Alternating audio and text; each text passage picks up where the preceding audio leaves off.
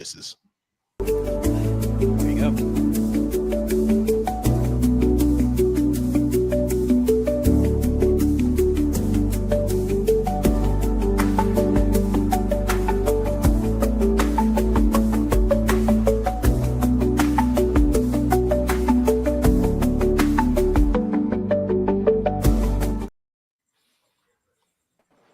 Hello, everyone. This is Andreas, Pop Culture Guy. Today, I'm your moderator. Tonight, for the latest Alien Earth Episode 7 live recap discussion. Of course, it's titled Emergency, if I'm saying that right. Very sorry. But anyway, I'm here again. Thank you, everyone, for joining us tonight. Hopefully, this is going to be one of those nights that's going to be fun to discuss the show. So, tonight, I'm here with three new guests here, so let me introduce them first before I go to my co-host. First, I just wanted to introduce Brandon and Justin from the Medium Popcorn podcast. Hello, guys. Welcome. What's going on? How y'all doing? What's up? What's up? What's up?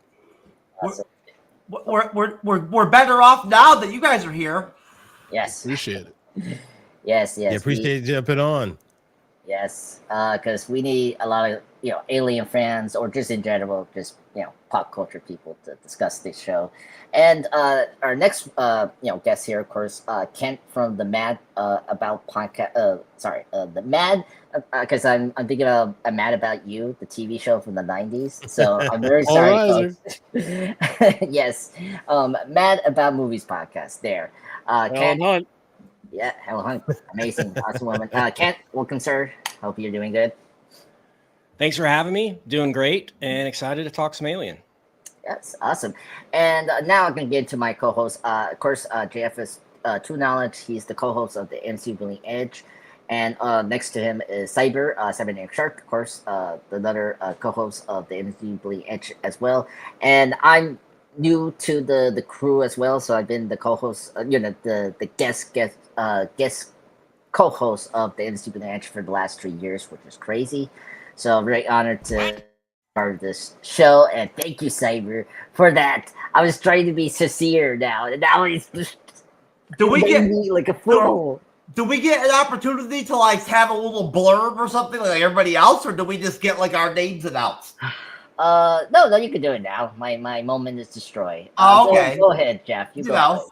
Because I wanted to do my little, one sentence deal, where I say about how happy I am to be here and everything, Okay, good. That was perfect. I don't want you to go 60 minutes. Saber, go ahead. No 60 minutes. Hi, I'm glad to be here. Perfect. Just Cyber himself. Thank you. Anyway, so let me just quickly, with the three new guests here, I want to kind of ask you guys, Red Robin, your guys' opinion so far of this season, and just briefly this episode. So let me start with you, Ken. What's your thoughts on this new show? You're liking it, and what you thought about this new episode we're going to review briefly. Go ahead. Yeah, I was really excited when this project was announced. Not only that they were making an Alien TV series, that they're exploring the world, in a more long form format, but that Noah Hawley was the showrunner for it. Fargo's my favorite movie, and big fan of the Fargo TV series that he did as well. I think that's probably one of the best, taking a film and putting that world on TV, having none of the same characters, but the cinematic universe of that movie, to explore that on TV. He did a great job with Fargo. So very excited when it was announced, and it was super hyped for the premiere. And I was pleasantly surprised that it felt and feels still, as we are at episode 7 now, like Alien. It doesn't feel like a TV show. It doesn't feel like a bad sequel or something. It feels like Alien, the Alien movies that I grew up loving. So yeah, it's been a great start to the season, and hopefully we ended on a bang here with the finale. Thank you, Kent. Big fan of Noah Hawley. I very loved Fargo and Legion. That was where I got into him. So I was very hopeful about the show. So Justin, let me go to you, sir. What are your thoughts on so far this full season? Did so far you like it, and just briefly your opinion about this new episode we had tonight. So first of all, I just want to talk about how my feeling with Alien as a whole, because as a kid, I have a love-hate relationship with Alien in the sense of I love the actual content. I love the actual monster and everything. But I hate the drooling. I always hated the drooling, the acid drool. I mean, the blood, the blood is all acid. I hated that stuff. Yeah. It was always just weird for me. But bringing it on to like an episodic, I think that it works. I love the world that they built around these characters. I think the Alien, especially for a series, looks great on camera, and it really is keeping up the kind of the legacy of the original films. And I mean, there's some weird stuff that goes on this, and this is like insane, but like it's the right a kind of weird and insane that I'm very much enjoying it. That being said, this episode, it kept the party going. It kept the party going. Like, yeah, I'm really looking forward to jumping in and talking more about this. Thank you. Yeah, I love Alien too. I love the content, especially the comic books and the video games we've been getting, which is great. Brendan, your thoughts on so far the full season we have, and tonight's episode briefly. But go ahead, sir. Yeah, absolutely. Similar to Kent, I was a big fan of Noah Hawley and what he did with Fargo, except for season 3. I'm not sure it was 100% on that one, but I was really interested to see what he was going to do with the Alien series and like the lore. And I think this is just a great time to be an Alien fan between Romulus and now this. It's just fantastic. I think the casting is great. Timothy Olyphant, I'll watch anything he does. And so to see him as like a droid has been really interesting. And like this whole rivalry between Kirsch and Morrow, and what's interesting, because if you're a fan of Noah Hawley, he always sets up these rivalries in every series, and they never resolve the way you expect them to. So I'm very interested to see how this kind of this conflict resolves between the cyborg and synth. I think Sydney Chandler, who is Kyle Chandler's daughter, she hasn't been anything that warranted her to be a lead in this series, but she's doing a great job. And also, I have a kind of a little crush on her now. I think the casting's been great on this show. I really like Samuel Blanken, who plays Boy Cavalier, who I didn't realize that's the guy from Atlanta season 3. He's in the Amsterdam episode where he's messing with Paperboy the whole episode. So that guy has a lot of versatility as an actor, which is really impressive. Yeah, and then also in regards to the season, the flashback episode of what really happened on that ship, I think it was the last episode, was fantastic. That's like, if you're an Alien fan, there's no way you can watch that episode and not be in love with what they're executing, whether it's the staying true to the aesthetic of the series, the xenomorph lore, all that stuff. They're clearly doing their own thing with the Alien canon, or if it even is canon. But I'm really appreciating everything that the show is doing. I love the actors that are playing the kids that are they're mentally children, but they're physically adults, and like their body language and betraying how scared they are and how unsure they are. And I specifically want to shout out the actor that plays Slightly, because it was like episode 2 when they find out that the company's able to see everything that they see through their bodies. And he goes in a very innocent way. I don't know that I like that. And it just speaks so much about technology and over policing and what could happen with we don't have control of our bodies and our minds. I think this is incredibly powerful themes on this show. This last episode, Justin said, it keeps the party going, and it really is building up to a really interesting season finale, if not series finale. And I'm curious to see how they really explain Wendy's relationship with the xenomorph and what she does with that power, because she's giving me Daenerys in end of Game of Thrones vibes. Is she gonna start using this stuff for nefarious reasons? Well, hold on. Haven't they made it clear that essentially she's able to somehow, on a baseline level, communicate with the xenomorph? Yes, but remember, at the end of this episode, when she's sitting them after the soldiers, she has a little bit of a smirk right before the brother kills what's her name. And so I'm like, oh, are we getting hints that maybe she's going to start using the xenomorph for more than just protecting her family? You know what I mean? I'm curious about that. I see. So there Like she might go after the big companies. There you know what I mean? There could be more control involved there with her character and the Xenos possibly than what we know. 100%. Yeah, it's really interesting that they went that way. I never would have predicted Alien would ever even try to like go that direction. Like, obviously, we've met with like double queen bees and stuff like that before, but we've never done like can someone control a xenomorph? And so to actually explore that's interesting. You had to know when they dubbed it Alien Earth that there was going to be a bunch of interesting, different new shit that was going to happen. For sure, yeah. Yeah, I didn't mean to cut you off. I just wanted to make a comment there real quick. All good. Yeah, I mean we can jump right into it at this point. Yeah. Yeah. Good point, Brendan. I never. Yeah, it was insane to see that ending with because out of the kids, the Lost Boys, briefly to wrap up, Wendy is the one that's the most grown, because she had the most time to develop into a individual / adult, despite she is a kid. She may actually have also been older at the age that she actually transferred over. That's true. We don't, because I don't think the show ever addressed how old she seemed pretty old. She just was sick. No, that's true, Jeff. We don't know how old these kids are in terms of Wendy, but no, that's a good point. Let me get to you, Jeff.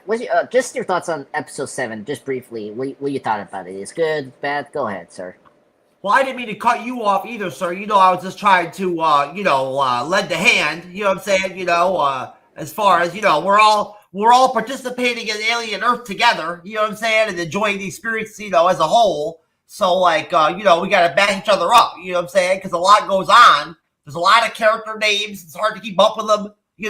I mean, shit. I've been reviewing fucking, episode recaps of Alien Earth for 6 weeks straight. And there's still fucking like half the fucking characters on the show. I still can't name them on screen when I see them. You know what I'm saying? For whatever reason, I just don't, I'm not that familiar with some of them yet still. Especially like the synth characters, for instance. I have a hard time with their Peter Pan names, To be fair, they're insane, Jeff. Like that whole thing is like creepy, like with the Peter Pan cartoon and stuff. It's so unsettling. Yeah, they're not natural names. You know what I'm saying? That roll off your tongue, at all. You know what I mean? So that doesn't help either. But I mean, what can I say, Andres? I'm at the point we're at the episode 7 mark of the show, so I'm at the point now where like I'm starting to get those like sadness pangs that the show's going to be over soon. You know what I'm saying? And we're not going to get to like review it anymore, and talk about it anymore. You know what I mean? It's going to be sad, it's a bittersweet experience. It's great to be still doing another episode of Alien Earth, but knowing that we only have one left after episode 7 kind of sucks, to be honest with you. I can go for another like 5 episodes of this show. I'd be fine with that. The old days. Yeah, most definitely. I don't know. Episode 7 is very much like kind of what you would expect an episode 7 in an 8-episode series to be, kind of. You know what I mean?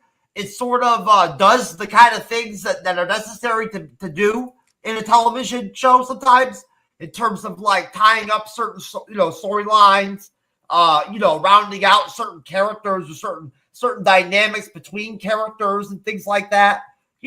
Certain goals. You know what I'm saying? A lot of times when you have like that episode 6 or that episode 7, that kind of bridges almost, your way to the finale. For the audience, a lot of times they'll use those episodes really to just do that kind of stuff. And set up. That more exciting, dramatic, action-packed finale, right? So I kind of thought that, like, Alien Earth Episode 7 was another, like, very entertaining, very interesting episode, but it lacked a little bit in action, in like the creature, like, stuff, like, that the intense creature vibe that we've been getting for a while was kind of gone. And, honestly, the pace kind of slowed down a little bit too. It was kind of a slower episode, you know. It didn't really chug right along like it usually does, you know. And there's, you know, different reasons for that. You know what I'm saying? I mean, you know, I'm sure we all have different opinions about different actors and actresses on the show.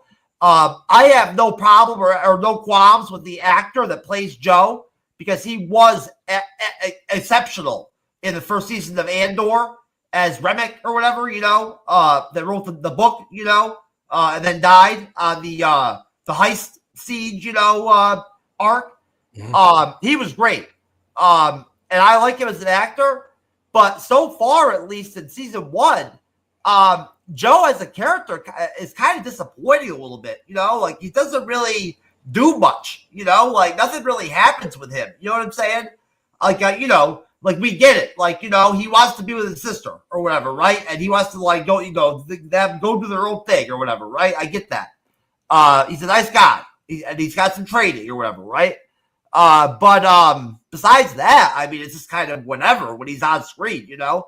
And I feel like all the other characters on the show don't have that going on. Like they come on screen and there's impact all the time. You know what I'm saying? From their performances, you know, I feel like across the board, you know, with a lot of the actors on the show. You know, I think that the acting is probably one area of the show that doesn't really get talked about a whole lot, just because of Noah Wyle being so great and everything, you know, and all the conversation being about his work, you know, and his directing and his writing and everything. You know what I'm saying? They did a really great job casting this like very not super known, like they don't seem super experienced, or like, you know, none of them are big names really, you know, other than Timothy Oliphant. You know, they put together a pretty solid sort of no name cast that's holding it down for season 1, you know. So I just wanted to point that out, you know, that I thought they did a really good job casting the show. The Kid Cavalier actor is great. I saw him do an interview the other day as himself, you know. He's such a nerd in real life, but it's so cool. He's such a cool nerd, you know, that it's totally dope. You know what I'm saying? He's a nice guy. So yeah, episode 7's okay. You know, it's another pretty solid episode. But obviously, I'm ready for like the big stuff, you know, for the, you know, the big, you know, stuff that's gonna happen in the finale. You know, episode 7 was a little bit more on the tamer side, right? Honestly, that's the last thing I'll say. You know, is it lacked some of the you know, pizzazz, or like some of that extra, you know, alien stuff, that extra creature stuff that we've been getting. Yeah, and good point, Jeff. Yeah, this is just repping us for the next week, you know, and I don't know if it's going to be that crazy or just going to be bonkers, you know, as any alien we haven't seen before. But yeah, no, I understand where you're coming from. Cyber, your thoughts on this episode, sir? Go ahead.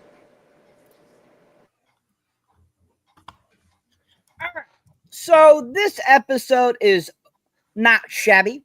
I enjoyed it. I didn't think it was horrible. I thought it had a lot of great thought process throughout the whole episode. I thought it delivered on continuing the story very well. It leaves you on kind of a cliffhanger there, and I enjoy, you know, how they really have taken the story to a whole new level, and they haven't backed down. As everyone kind of has mentioned, you know, Noah Hawley is a really great writer. He's a really great creator. He does a really great job. He did great with Fargo and other stuff.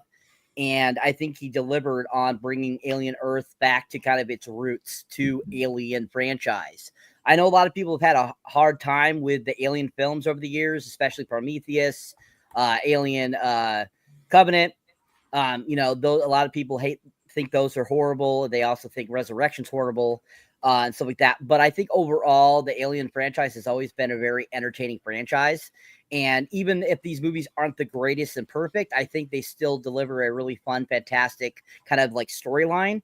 And I think that's what Alien Earth does, is it expands on that and it gives us something that's really good. And I think this episode does a good job of giving us more of that, and, you know, giving us more into the lives of, you know, the synths and, you know, the ability to kind of control an alien, which has been very interesting so far. So I think that this is a really decent episode, really fun, and I think it was very enjoyable.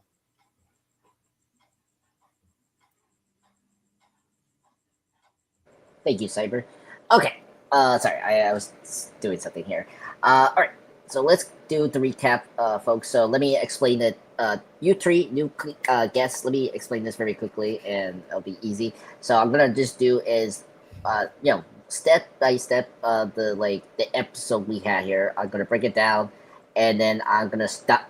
There's gonna be a stopping point for that breakdown. I'm gonna ask you the question, so that we don't go forward to the episode. We're not doing that. So I'm just gonna ask you specifically this one section that, of the episode that I just talked, and then that's your thoughts. And then after that, we move on to the next one. So that's how we go.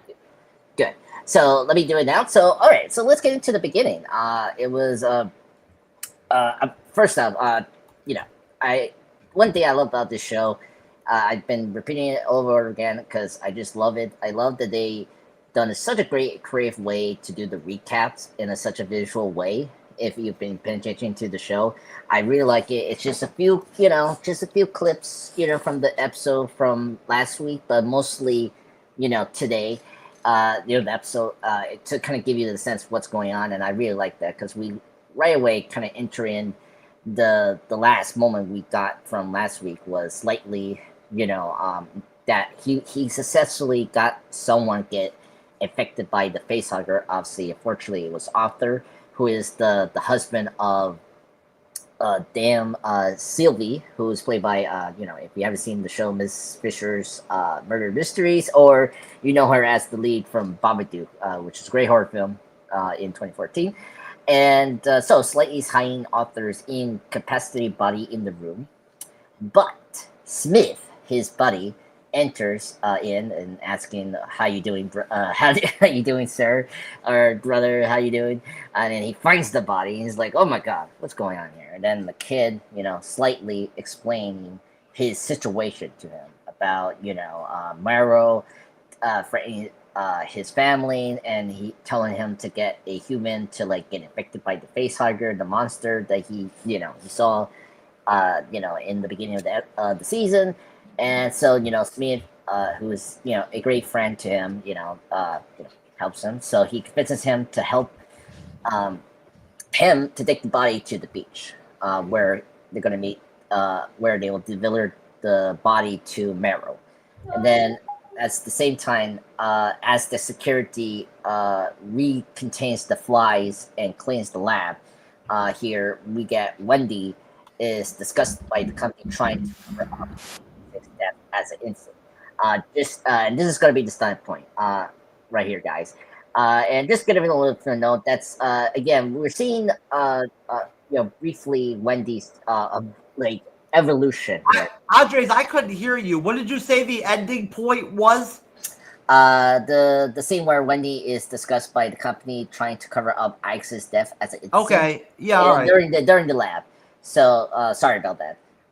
Just let me know if my audio is being off. You're good. You're good. Okay. So let me just that's the stopping point. Before I go to you guys, I just want to just adding up Wendy's character arc.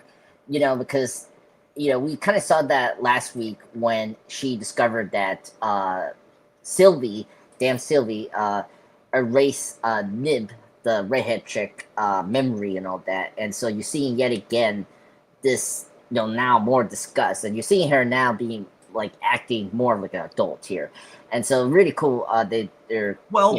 Well, it's like a big situation. They're actually not completely invulnerable to they can be killed.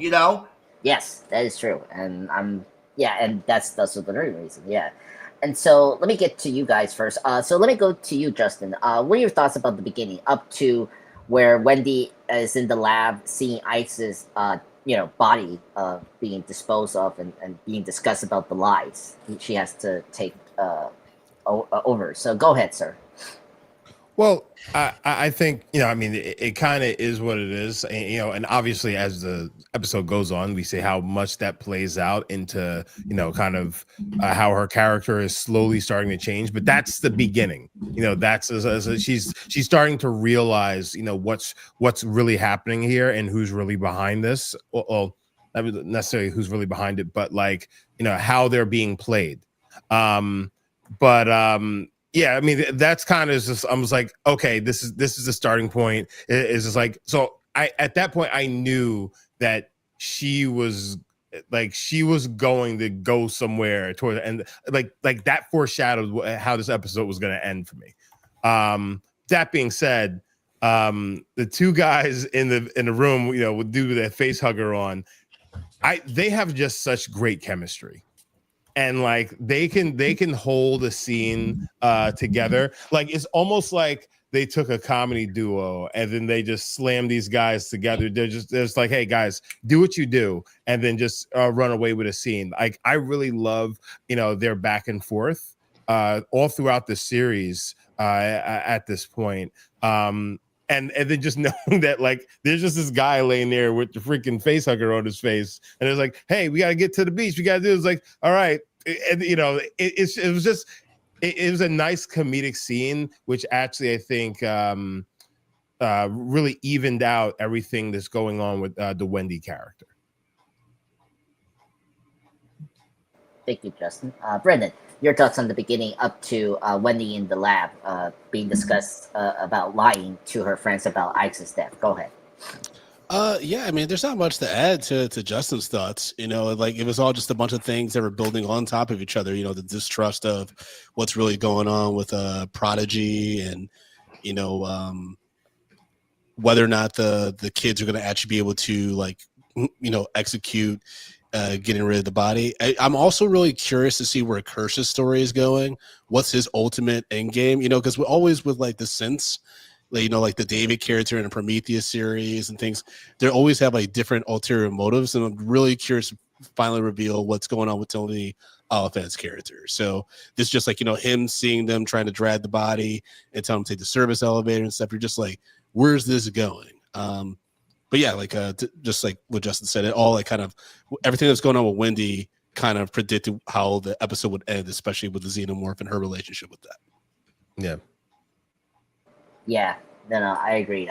Kirsch and Merrill are like the MVP of this series, and I'm like Merrill, I understand because we got so much from him, and Kirsch, I'm like, he's our like our synth that has the most mystery around him. I'm very curious about that. And Noah Hawley knows how to write great dialogue, especially for Timothy Oliphant. I think when Timothy Oliphant has fantastic dialogue, whether it's on Justified or like a Tarantino movie, there's nothing better. What about Deadwood, sir? It's only probably his best performance. I've never actually seen Deadwood. I've heard good things. Well, then you got to watch it, sir. I'll watch it. Oh my God, Jeff! Don't peer pressure him about Deadwood. There's other great shows. I don't think there's anything wrong with trying to push people on to Deadwood, sir. I know. No, Red, you have to watch Deadwood. Deadwood's a good show, but come on. Anyway, Kent, you're next, sir. What are your thoughts about this beginning up to Wendy had to lie to her friends about Ice's death and all that? Go ahead. Yeah, I loved how it carried over from episode 6. I thought episode 6, The Fly, was one of the stronger episodes in terms of the WTF factor of it. Yeah, we're seeing a lot of different aliens in this series that we haven't really seen in movies before. So I like that. I think the sheep storyline is super intriguing. Excited to see where they take that in the finale. But yeah, the flies themselves, the spitting the acid was quite disturbing. And so to have them come upon that scene unexplained in this episode was a great start. The Wendy character and the show in general, tonally, and just some of the themes that it's talking about when it comes to, synthetic humans and the future and, corporatization of industry, things like that, reminds me a lot of, and this is a show that wasn't well received by all, but I enjoyed it. It reminds me a bit of Westworld on HBO. And the character of Wendy really reminds me of Dolores, who's kind of the protagonist character on Westworld. She was a robot synthetic who finds out that she's a synthetic. And then I won't spoil Westworld, but it's a similar type of arc where you've got, the synthetic kind of turning around on her creators, things like that. So yeah, I've been kind of following the parallels of those two characters here. And I think we're in for it with Wendy in episode 8. But yeah, that beginning, how do you dispose of the body? The face huggers, you knew that was coming at some point. There's going to be some big face hugger moments in this series. You knew there was going to be xenomorphs. And that's pretty much like the only thing you could bet on that this series was going to have. So I think this is a perfect series episode to introduce somebody to Alien who's never seen any of the movies, because the dramatic irony of the face hugger, where us as people who have seen Alien know what that means and what's coming, is used great here, where you have these characters that have no idea what's going on. But also I would love to, I don't have kids, but I would love to have like a middle school age kid who I could show this to and see their face and reaction to the face burster. Ken, there's definitely people out there. Like I hear from them and I see their stuff online that are watching this stuff and then I've never seen any of the Alien stuff at all. Yeah, this is their first taste, Yeah. Yeah. So I love it for the Alien fans just to like build up to that moment, but I also love it for the people who aren't familiar with this franchise to see that for the first time and to have that impact of the guy, the chest burster out on the beach and everything. But yeah, great setup, and love the face hugger / chest burster whenever possible.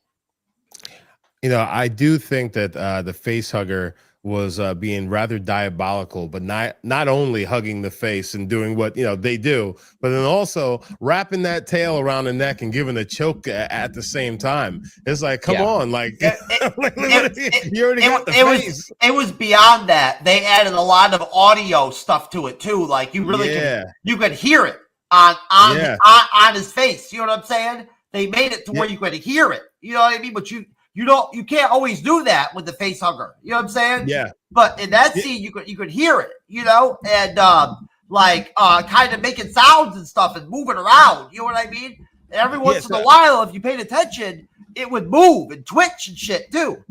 Well, I think the cool thing about that scene is because there's comedy going on between the two characters, but you have this guy lying there with the face hugger on, but there's more happening in that scene than meets the eye.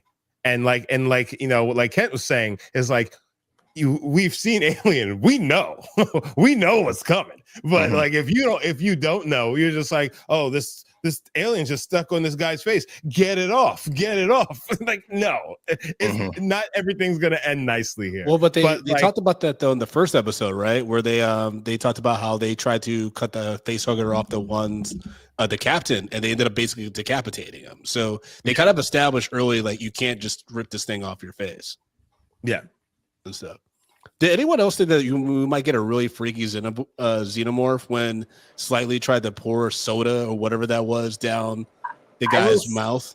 I was like, oh, is that going to make it like really weird xenomorph? But no, it's fine. It was not. Yeah. The Kool-Aid man popped out. Oh, yeah. Yeah. I was thinking about, because we saw this already in episode 5, the flashback kind of alien movie that we saw with Meryl's crew. Because this happens a lot, and we saw this with the 79 classic, the acid blood. If Slightly did something that couldn't, like, I mean, he didn't have something that was cutting it, but like, I mean, the facehuggers are smart. Like, he could easily, like, well, first off, it could easily kill Arthur because he has the tail in his neck, and so like he's doing that to protect the embryos that he's injecting in the body. And secondly, if Slightly did something stupid, I mean, it could easily kill him with the acid if he did something to cut it out, but thankfully he didn't do that. Thank you, everyone. Great thoughts. I love it. Jeff, you're next. What you thought about this beginning up to Wendy had to lie about, ISIS death and all that? Go ahead. Well, I mean, the only thing I'll say about the synths so far, like as far as the concept of the synths on the show, is that I feel like when they're valuable on screen, when you actually get value to some degree out of them, out of the different synth characters, in their scenes and whatnot, to some extent, they're okay. I feel like most of the characters on the show, besides the synths, are performing well. You know what I'm saying? The acting is great. Like you're getting really good, solid characters that are all like from episode to episode consistently delivering like, really solid work, it's very consistent. And I feel like the only weak spot is the synth characters, because you kind of don't know what to expect from them from episode to episode in a way. And so it's interesting because only with their like Peter Pan childlike humor would you be able to pull off humor in an Alien show like that, with a scene like that, with a face hugger on a guy's head and shit like that. You know what I mean? But when they're good, the synths, when they've got their weird, bizarre shit going on, but it works. It works. That was actually a really like tension filled, bizarre scene, like actually having them hiding the fucking the facehugger guy under his bed in his room, I mean, seriously, that's kind of crazy, and funny in a way. I guess besides that, I would just say that that again, the actual time that they took to focus on the facehugger, and their attempt to try to remove it was great. Really well done. And the touches that they added, the movement of the facehugger, having it do the neck, the neck tightening like they always do. You know what I'm saying? Having it make noises, as it's like doing its thing. You know what I mean? That was really, really creepy. You know what I'm saying? And I like seeing that on Alien Earth. I like the horror, vibes of the show. I think that it makes the show interesting at the end of the day. I think that it's amazing to me how Kid Cavalier's his people, his employees, can be so proficient at times and like go right in and cage up the fucking fly, creatures and shit and all that, get them lassoed up and all that shit in 20 minutes. But yet other employees are so fucking stupid, you know what I'm saying, that they like, get killed, do dumb shit, you know what I'm saying, like, dumb shit, like there's some inconsistency going on there, yeah, I think to just a second, Kirsch is a really interesting character as a Sith. You really wonder at this point, sort of like how strong are his loyalties to Kid Cavalier at the end of the day.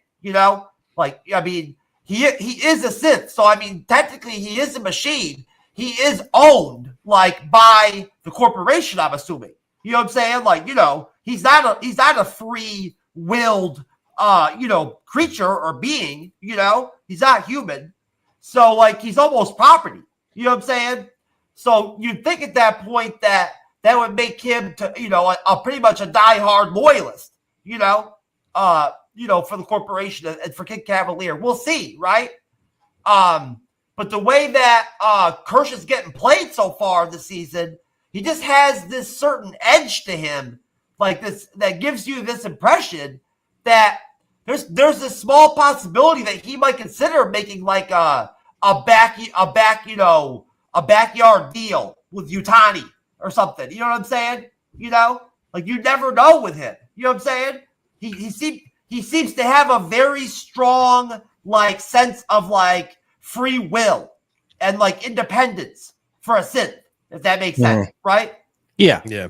And I think there's probably a reason, as you mentioned earlier, that there's not any big name actors in this except him. He's probably the most recognizable. I think there's a reason for that.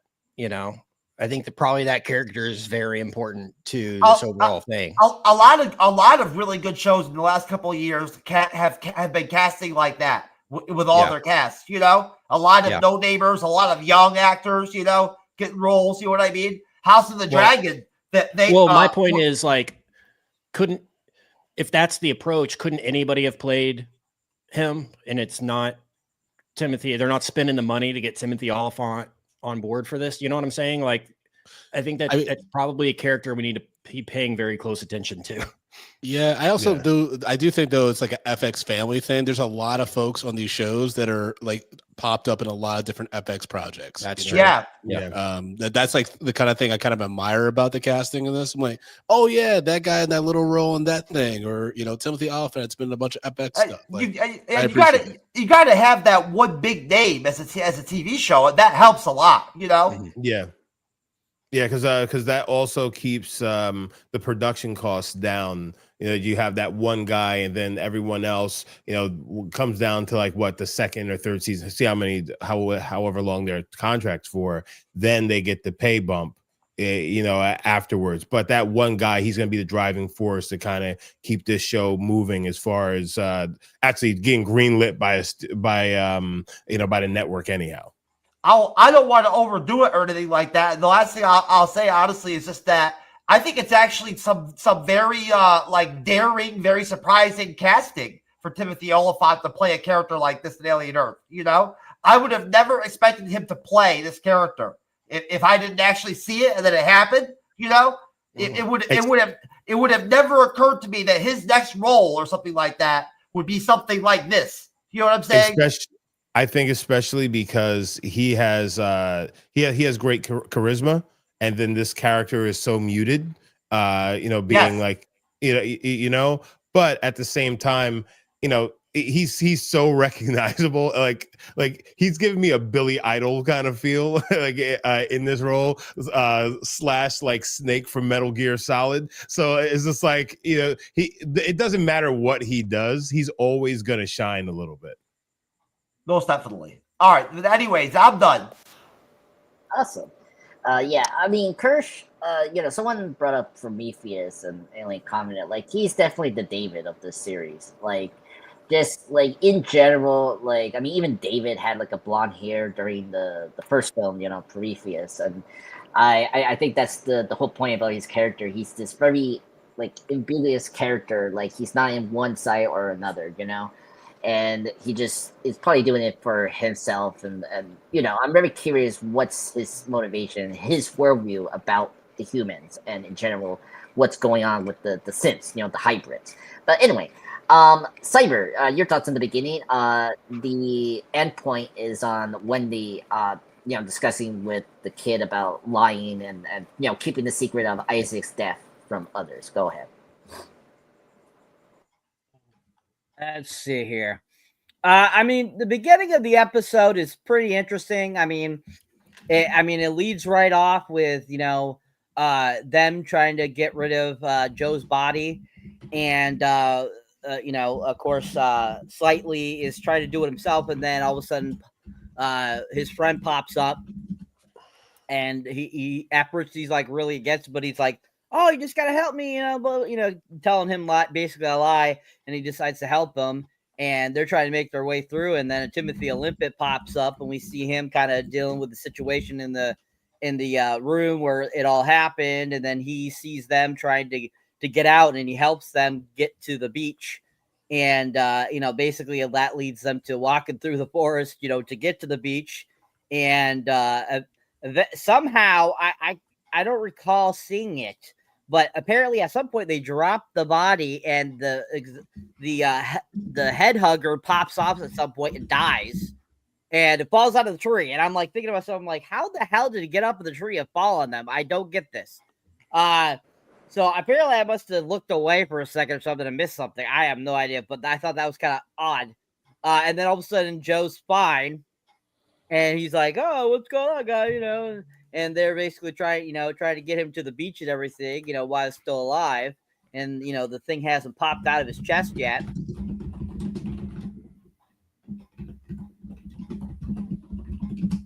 Everybody okay?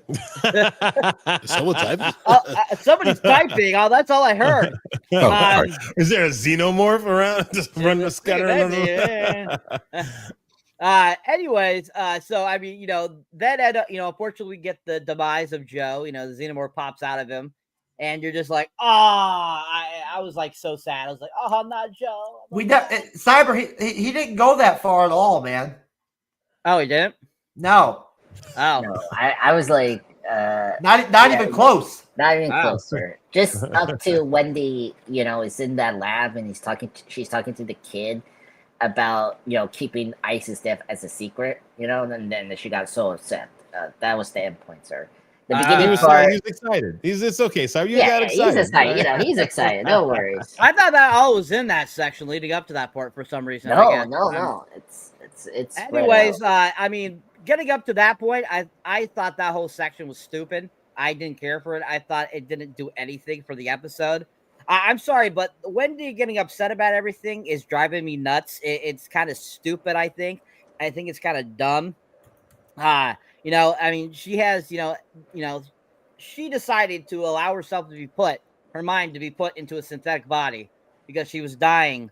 And I get that. But at the same time, it's like you're putting too much emphasis into getting into things you don't need to know about. And that just kind of drives me. It's like people putting their nose in nobody's business that they should be putting their nose into. So I thought that whole section was kind of dumb for me. I just didn't care for it. I didn't think it really enhanced the episode. But getting up to that point, I mean, for the most part, it was decent. It was fun, and I thought that overall it was okay. Awesome. Thank you, Saber. All right, let's get into the next section here. So, speaking of Wendy, Wendy, seeing this, Wendy is trying to convince Nibs, this is the redhead friend, who was crazy. She got traumatized with the octopus eye that we all love. And what was it, 2 weeks ago, she thought she was having a baby and her memory was erased. So she's pretty much joining her and Joe in escaping the island. Now that Arthur has deactivated their trackers, as we saw last week, helping Joe to figure out a way to get Wendy out of the island. So that is taken care of. On her way out, Wendy hacks into the system. So it's good that they remembered that she has the ability to control anything in technology. That was something that was also interesting about her as a character. We don't it kind of came naturally to her. Then she was given it by the company, the Prodigy.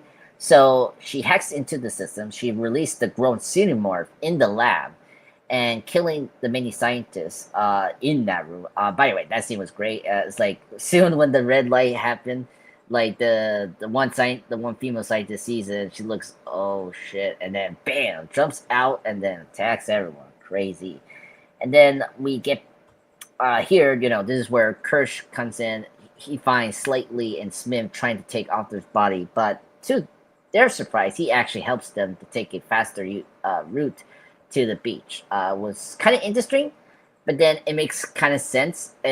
I mean, we'll get into it later on, but oh my god, my boy Kirsch just did almost like Batman way of you think you were smart? I outsmart you, sir. Anyway, we'll get into it later, but it was a very cool moment when they came back to the facility. But anyway, so they take the faster route to the beach, and in the outskirts, this is where I want to kind of address Cyber's criticism here, where Arthur regains his conscience and the face hugger dies.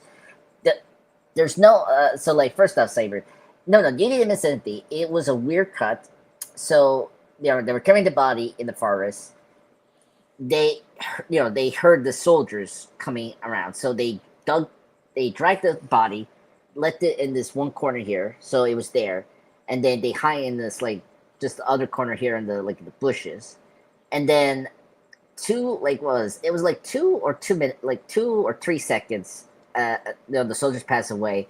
The body just randomly disappeared because he just woke up, like almost like ninja style, like what I like where I'm at, and the facehugger dies. So it was just this quick wake up, and that's something we have seen before in some films, like the aftermath of the face hugger and like the people waking it, but we never know how long, like how fast the face hugger takes out from the face. It's always like inconsistent sometimes, and it's something we don't see as often. But anyway, Yeah, I was telling my wife when we were watching it. She was like, "Oh, I didn't know like it happens that fast." I'm like, "Yeah, it's very inconsistent depending on which Alien movie you watch. yeah, Like it could be a few hours later. Sometimes Yeah. it could be like immediately. Like you never know." yeah, no. Good point, Brandon. Yeah, it's like because the first film, like obviously John Hurt's character, it was like hours, or and then the one that was the fastest, which of course it was the fastest because these movies were bad, was AVP. And that first AVP, it was like, you didn't know how long it was. So yeah, it was a weird. They never figured out like the time of that with these creatures. Anyway, so just wrapping up, he begins to remember the events and convince them to return to get things clear. However, and this is where I'm going to end because this is a really good moment. It's like, however, Arthur convulsions and a newborn xenomorph bursts from his chest and escapes into the facility. And let me stop there. So let me get back to you, Cyber. And now you can talk about that whole scene. So, what are your thoughts on Wendy taking the redhead and Joe escaping from the island and releasing the xenomorph in that lab to kill the many scientists? And then the end point is where we see Arthur, the scientist, regaining consciousness and pretty much get killed by the new reborn xenomorph. Go ahead. That's the end point. So this portion has a little bit of action in it. We have the killing, with the xenomorph in the lab, which was really awesome. The blood and guts were great. The xenomorph in action was really cool. I think that the way the xenomorph looks in this has been really done well. I don't know if it's a guy in a costume. If it is, they did a fantastic job with it. It does not look like a human. It looks definitely more like an actual xenomorph. And I think that if it's any animatronics or anything like that, done really well. Really great high budget on the show, as you can see, and it just looks visually beautiful. And I think that they did a really good job at that. And then pretty much leading, through that section, I kind of mentioned already them in the, having to take Joe to the, to the beach, and unfortunately he gets his demise there after the face hugger had impregnated him, and we see him die, and that sucks. And leading kind of to the reborning of the xenomorph, which I thought was really cool. I really enjoyed that too. I thought that was really interesting and well done, and really went back to the basics of the Alien franchise. And I think that's one great thing about the show so far too. Coming up on its finale and everything. I love all the aliens that they have provided, all the creatures they have provided for the show, and we've got so much alien activity in this, compared to human interaction. You have heard by now, the Jimmy Kimmel Show has been pulled indefinitely, abruptly, because of complaints from the Trump administration. So let's see. What the hell? Ukraine war. What the hell is that? What the fuck was that? Within his first week. But he did end freedom of speech within his first year. I don't know what's going on. What the hell is that? Pray. Now's the time to do it. Love Is you, that Jeff. Wanda Sykes? Wanda Like Sykes Wanda just crashed Sykes, this yeah. podcast. Yeah, that was weird. I hope That that's was- not, I hope that's not coming from me. I mean, I don't think I clicked on anything. Are you sure, Jeff? Double check, I think please. so. I think you did. I think. Anyways, so yeah, really great section. I think there's a lot that goes down in it. Kind of, unfortunately, demise, happens in this. That really sucks. But I think that overall, it was a very fun section, and it had some really good action in it. And I thought overall it was a decent portion that I felt excelled the story very well. Thank you, Saber. Brendan, you're next, sir. Tell me your thoughts about Wendy escaping with Nibs and her brother to the island and releasing that xenomorph. And the end point is the author, the scientist getting killed by the xenomorph. Unfortunately, go ahead. Yeah, I mean, there's a lot to unpack there. The xenomorph lab attack was awesome. Like, it's very rare for us to see like a xenomorph in full rage mode, and so that was really cool to see them get controlled by Wendy with the clicking and stuff. That was really interesting. And again, that for me, that was kind of like the interesting turn with Wendy, where I'm like, okay, she's weaponizing this alien weapon, right? But how far is that going to go? What's going to make her pull back from how bad this could get? And, the brother starts seeing the potential of like the direction this could go, and that's why he does what he does at the very end of the episode, right? But in regards to Arthur, I felt bad for the dude because these poor kids were under the impression that he's going to be okay. And, he's a little like out of it and confused. And he's like, hey, I can tell you guys are lying because you're children still. Like, we'll figure it out, whatever's going on. And then, he starts coughing up blood. And we as alien fans, we know what that's about. When the xenomorph ran into the beach, not going to lie, it was kind of silly, but it was also like, well, what's going to happen with that now? Like, it felt like very much like a Jurassic World kind of like, once these things are out in the open now on Earth, like the potential for destruction and like mayhem is, imminent. So, but it was a little weird seeing the xenomorph run off like that, but it's fine because I think the actors did a good job of selling how worried they were, how scared they were, and the fact that they lost Arthur, who was actually one of the few people at Prodigy that kind of cared about them. He had just gotten fired, but he was still like, trying to do his best and try to get them free and things like that. So that was a bit sad. But yeah, I have a feeling we're gonna see Wendy turn to the dark side. I don't know what that looks like because we've never seen that in the Alien franchise before, but it would be cool to see like the hero become the villain in a way, or at least not be above using the xenomorph to kill innocents to right wrongs that she feels. Yeah, no, that's a good point, Brendan. Yeah, she's a very interesting character. Like, she's kind of like the Anakin Skywalker of this, the series. If any comparison with that. Justin, it's your turn, sir. Your thoughts on Wendy taking her brother and the redhead to escaping the island and releasing that xenomorph, and pretty much the end point is the poor Arthur getting killed by the xenomorph in his chest. Go ahead. Well, first of all, Wendy is not playing any games anymore. Wendy is just like, y'all mess with the wrong chick, now fire and brimstone, which, I love. I love a little fire and brimstone in my shows. So like, I'm here for it. The redhead girl was Nibs. She's just crazy. She is just plumb crazy. She is just all over the place in this episode. I guess in this whole series at this point. But like, but there's something very there's something. I don't know. It's just something about her. I'm just like, okay, I enjoy her. Like, I enjoy her. It's just her characterization is great. As far as poor Arthur, that baby, him having his alien baby. We all knew it was coming, but there's nothing you could do to stop that. And like, and again, even though this isn't episodic, I think they did a really good job at the actual xenomorph popping out of his belly and then running off. Like, I thought that it looked pretty good, especially because this is not the cinematic alien that we're used to. Good point. Yeah, no, that's very different. Kent, your thoughts on Wendy escaping the island, releasing the xenomorph, and pretty much the end point is pretty much poor Arthur getting killed by the xenomorph through his chest. RIP, Arthur. Yeah, it was a brutal death.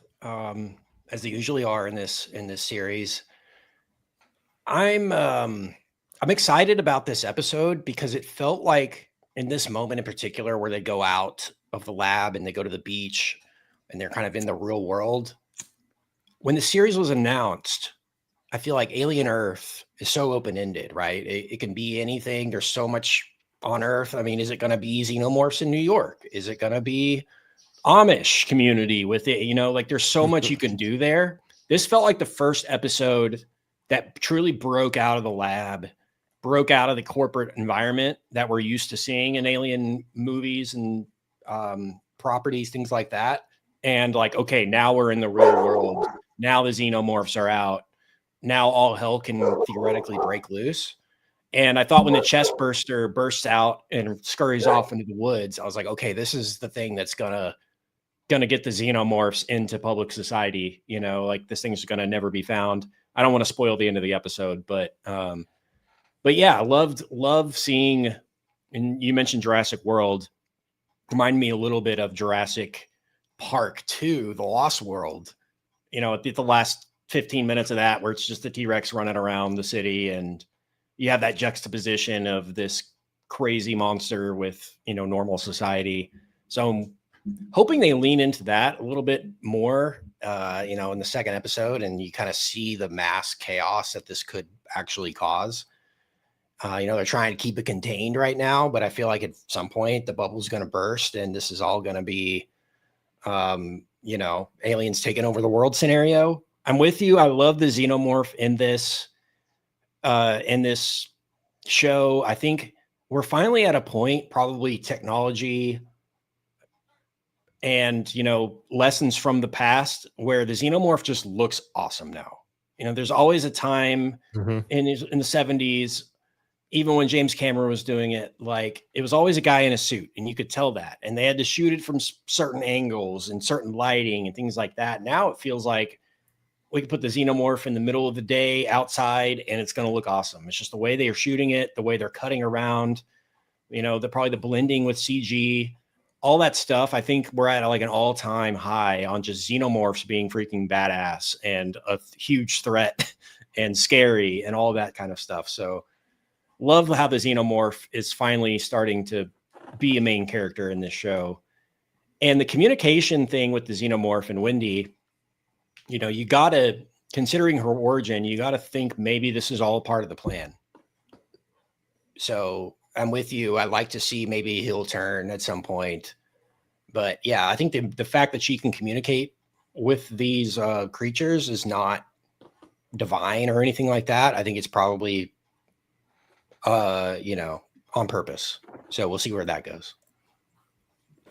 Yeah, thank you. Yeah, I'm very curious about, like, is either the boys' plan, like letting her communicate with the xenomorphs, you know, or is it her just naturally like evolving into even a powerful you know, person? Is did they make it too advanced on accident? And this is the consequence of that, right? Yeah, I see. Yeah, because like it's not only that; it's like she also has these other abilities of, you know, we just brought up before, her releasing the xenomorph by just activating the system, which is crazy.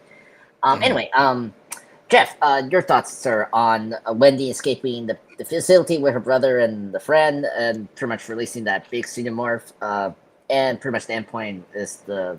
I'm good, sir. I pay attention.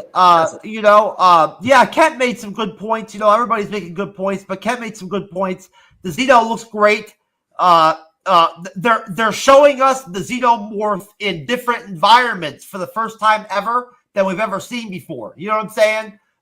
You know, a busted up, you know, burnt out apartment complex. You know what I'm saying? With a Xeno in it. You know, now all of a sudden we got a Xeno in broad daylight in the jungle. You know what I'm saying? Like, we've never seen this before. You know, and it's very, like, you know, new to Alien, to, like, you know, to show, you know, the Xeno in these environments. The Xeno looks great. When I saw the Xeno walk up to Wendy after it killed all those, mercenaries or whatever, it looked so fucking cool walking up to Wendy. You know, Yeah. It like just kneeling down to Wendy, you know, like or whatever, you know what I mean? Seeing a Xeno actually act like that, you know, like was just so fascinating to watch. You know what I mean? Like, you know, because the Xenos are so cool, you know. So like, you know, you know, even after all this time, they're still so unpredictable, you know, like you just don't know what to expect from them. You know what I mean? And they're so dangerous too, you know. I mean, they can kill people instantly, you know. So I guess you know, the only stuff I would really just say would just be that you know, I think that Kid Cavalier's attitude in this episode and in general, like towards his whole dichotomy right now, his whole situation right now, this seems so lax to me. You know, like it seems so like, you know, not on point, like not on guard. You know what I mean? At all. You know, like unless he's got shit that he's hiding, you know, behind the secret door or something like that. You know what I mean? You know, going on. He seems so carefree about everything. You know what I'm saying? And for somebody of his esteem, you know, like in the world, you know what I mean? His you know, power and wealth. I guess I just would expect you know, a little bit more professionalism, I guess, you know, just in terms of how he, you know, operates his organization, you know. He's very like loosey-goosey and like off the cuff and impulsive, you know. But he's still a very endearing character at the end of the day, so I enjoy them. I like him. Yeah, whatever her name is, the redhead synth character, she's fucking crazy. Nibs. She's been nuts for multiple episodes now. She's great because she's just totally nuts now. So like, you don't know what the fuck's gonna happen with her, you know. 1 minute she thinks she's pregnant, you know, she's walking around with some stuffed animal, you know what I'm saying, or like, you know, or a real creature. I couldn't really tell either way what it was. Still have not been able to figure that out yet. You know, she's swearing now. She's dropping F-bombs now on motherfuckers. You know what I'm saying? Like, you know, she's just very surprising, you know, and like entertaining, you know. So did we go as far as when the synth brothers are carrying the body around on the raft? No, not yet. The end point is just the scientist getting killed by. Well, I wanted to say that watching their reaction to watching that guy die after the chest burster was very interesting to watch because they're synths, you know, they don't know death. You know what I mean? It's all new to them, you know. So I found that very interesting watching them handle and like process death for the first time, you know. And obviously we watched throughout the rest of the episode how they, you know, handle it overall. Yeah, I mean, you know, there's some Kirsch in there, you know. He's great, you know. Just you know, every time he's on scene, he's always great. Always, you know, top notch, you know, acting and you know, great screen presence, you know.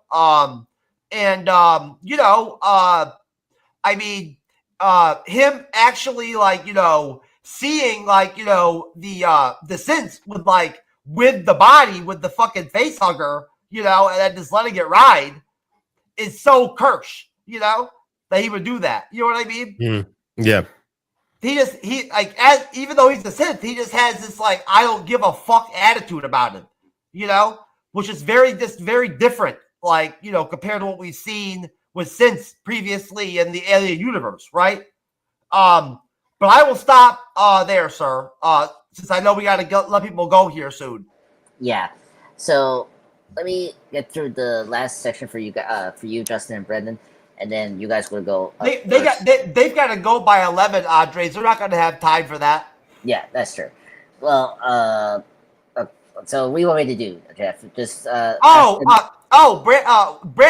Justin, we'll just let you guys go. You guys have to go before 11. There's no point in diving into another big section of the episode. We won't have time. We won't have time for you guys to talk. You know what I'm Sorry saying? about that. Yeah. No, Okay. worry. Yeah. So let's do this. So, Brendan and Justin, let me hear your thoughts. Just the overall episode and the rating of this. We go for like out of 10. So Okay. start with you, Brendan. Overall, your thoughts on the episode, and then how you rate this episode. Yeah, I mean, I think the show's doing a really good job of setting up the finale wherever that direction goes. And what I really like about the show is I have no idea what's going to happen next. I wouldn't even be surprised if we just got a whole backstory on Kirsch, and then it just ended right back at the standoff on the boat with the xenomorph coming, or watching them as they're taking in Wendy and Co. I'm so intrigued as to what Noah Hawley has planned. I think they've been advertising this show for a long time, and it's really been worth the wait on my end, at least as an Alien fan. I think the performances are great. I kind of agree with Cyber was saying about the beginning. Like, the pacing was a little slow compared to the other episodes, but that's the thing with this show. Like, Noah Hawley in general, like if you watch Legion, his pacing was all over the place. You know what I mean? So it doesn't throw me off as much as my other people. But yeah, like I said, I'm really interested to see how they close out everything with episode 8. Fantastic performances, and I'm a little worried about how much of a crush I have on Wendy, even with the hair. It's odd. I don't like women with that kind of hair about, but it's working for me. I think it's the eyes. I think that's what it is. It's always us. She makes that hair work. Yeah, she really does. But I will say, the brother being scared of Wendy and her control of the xenomorph, that's gonna be really interesting. That's gonna be a huge conflict that I'm really I think those actors are doing a really good job portraying that relationship and how this conflict could break them. And I'm wondering if that continues into season 2. And the last thing I'll say is, it's getting to a point where he sees his sister weaponizing the xenomorph in a bad way. Remember, he's telling those other soldiers from episode 1, he's like, hey, let us go. You do and you think they think it's because they just want to go. He's like, no, you don't know what she's going to do if you don't let us go. And he had to stop her from calling a xenomorph, which is still following them. So I think things are going to get pretty hairy episode 8. Yeah, so I very much agree, because I think the big thing about this episode, where it all boils down to, is the turn of Wendy and her brother seeing it coming, and he's the only one who realizes that, hey guys, you are playing with fire. You don't mess around with this girl. Just let us get out of here. And I think throughout the entire episode, you saw little glimpses of it, but then her unleashing that xenomorph to completely rip those guys to shreds, and then it coming up and kind of bowing her, and then her talking to it, I think it opens the door to something, probably not this season, but next season. Wendy has a horde of fucking xenomorphs at her disposal, and it's probably going to be, her brother's going to have to is on the other side, and so I don't know. I feel like it could go so many ways, which is what's gonna. I'm really excited to see what comes with the next episode. But with that being said, I guess this is a good lead up to whatever craziness is about to happen next week. If I'm giving this a 1 out of 10, I think I'm going to give this one probably a 7. Probably is a 7.5, somewhere in there. I think it does have a slow start. A little bit of the comedy banter at the beginning, I think, kind of helped it. But it was, it did have a little bit of a pacing issue that Cyber and Brandon spoke about earlier. But I think they really kind of stuck the landing leading into the end of it. I'm also going to give it a 7. And I just realized, in thinking about this, we talked about David from the Prometheus prequels, right? And we we think about the droids from the previous Alien movies. Is Wendy going to be the first synth to really achieve what those droids were trying to do, which is connect with the xenomorph? That's what it feels like they're actually doing. I never even connected that to this conversation, which would be really awesome. It could be, yeah. Or what a lot of Yatani always try to do is weaponize the xenomorphs. Yep. That's always been a thing, and 100%. That's going to be both successfully, I think, happening with Wendy. So yeah, no, good point, Brendan. Thank you guys for joining us. Thank you so much for having us. We appreciate you guys. No problem. Yeah, Jeff, are you going to show them their podcast? And no. We'll send these guys off, gentlemen. It was great having you on the Bleeding Edge, and we'll see you next time. Take care, guys. Guys, thank you very much. Appreciate you. Bye. Later, guys. Later. All right. Hey, the panel just got a lot smaller. Now we can all talk more. Yeah. Yes. Okay. Let me get back to the recap. And thank goodness I can make it a little short now. So, Jeff, you brought up before the corpse. So, let's get to that part. So, Smith and Slightly, take the corpse of Arthur to the beach, where the Otani Red Team approaches them, with Merrill being the lead of this task force, basically. And seeing they failed in containing the creature, I mean, I don't know why Merrill was so confident that they're going to bring this creature, contained. But Merrill takes them captive as they enter the facility. So it was really cool. It was almost like the Ray 2, or one of those Chuck Norris's films where you see a bunch of army invading into the island. It's basically what Kent, you brought up before, the Lost World, where the mercenary / hunters were gonna capture the dinosaurs into the new Jurassic Park in San Diego. So you see that, and very curious what's gonna happen to that finale. And then after that, Kirsch tells I think the kid about the footage he saw of what happened to Isaac, that the Oculus, the octopus eye caused the lab incident. So he showed him the footage, and then this. I mean, I agree with Jeff about this. I think it's because the kid is so snotty, and he's so he thinks he's the smartest man alive, and then that's gonna be his downfall, basically, because he's taking so much risk of this. He clearly wants to talk to this creature, the sheep with the eye, the eye octopus, because it's so fascinating to him, and he begins to consider using it as a host to a person to properly communicate with it before finally declaring who is the perfect candidate. We don't know what. We don't know who he's thinking that's going to be a perfect candidate. Either he's thinking about Joe or Sylvie, I don't know who's going to be the perfect candidate. That's very scary. But I just want to say it was very funny, when the sheep was doing the pot, answering the question about the number pi, and then of course he did the number 2, the bathroom number 2. I was lost throughout a lot of that, to be honest with you. I really did not understand completely what was happening. No, because the fact that he's a sheep, he couldn't talk. So that scene where he was talking to him, and then he asked him a question oh, do you know the this equation of this number that he had is a 10?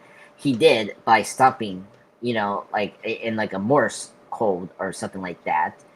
And and then he did this very simple. And then at the end, he decided that he was going to go ahead and pick the person to be the eyeballs host. Yes, yeah, exactly.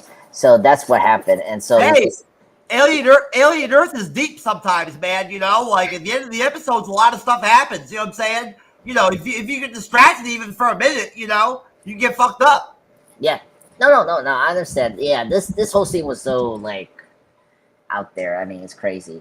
And then we were talking about Joe, with Wendy, as the two guests, from the podcast before. We go back to Wendy, Joe, and Nibs on the outskirts, and they were held on gunpoint with the Yotani forces. But Wendy, sensing the grown Cinemorph nearby, she uses her communication skills to get the Cinemorph to kill all the soldiers. By the way, that was a really cool moment. One of my highlights of this episode was that scene. She comforts it, which was kind of scary, and the creature spares them. So let me stop there. Let me start with you, Kent. What do you thought about, seeing Merrill and the whole Yotani force arriving to the facility, and him, taking the kids as hostages, and then pretty much the end point is Wendy using the Seymour as a weapon, killing that soldiers, and treating it as a pet. Go ahead. Yeah, I love the juxtaposition between the aliens and modern defenses, I guess would be the right term. Can our technology as it stands handle and contain this this entity. You know, I'd never really seen it. Most of the time in Alien, they're on a ship. They're isolated. They don't have the defenses that they need to really survive the situation. So you feel like maybe this corporation does. Excited to see that play itself out here. I love her weaponizing the xenomorph too. It feels like this is setting up for episode 8 to be a bloodbath. I hope it is. If it's not, I'm going to be a bit disappointed in it. But yeah, it really does kind of end on a cliffhanger. And like, you know, that scene is not complete at all. And Morrow's my favorite character in this series. So anything with him, I'm all about, and I want to see him come out on top at the end, no matter what happens. Yeah, same here, Kat. He's my favorite character this season, and I hope he doesn't get killed, because like I want him to kill the kid. You know, despite as Jeff, he's right. He's, you know, the kid is interesting, but like I really want him to get killed by either Marrow or the Xenomorph, you know, or the eye, you know, octopus. Okay. Cyber, you're next, sir. So I just want to hear your thoughts on, you know, Marrow reviving with the forces to the facility, and the endpoint is Wendy. You know, this is the first, you know, the scene where he's with her brother and the redhead, where they were gunpoint at the Yantani soldiers, and she sent the grown Seymour to attack them. So go ahead, that's the endpoint. So you talk about the scene that's still in the forest, correct? Not at Yes, the marina. yeah. Okay. No. Yeah. Okay. Still at the forest. Yeah. So I'm just gonna basically talk about that sequence, because that was the best part of this scene. That section. That was fucking awesome. I absolutely loved it. I thought it was great. I love how she was able to get the xenomorph to do her bidding. I was like, holy shit. Imagine if we all had xenomorphs as our weapons. Holy crap. Earth would be taking down, okay? I mean, things would be done. Because that freaking was insane. He just like dispatched them like they were nothing. It was crazy. And now, if you think about it, that xenomorph is only like a couple months old.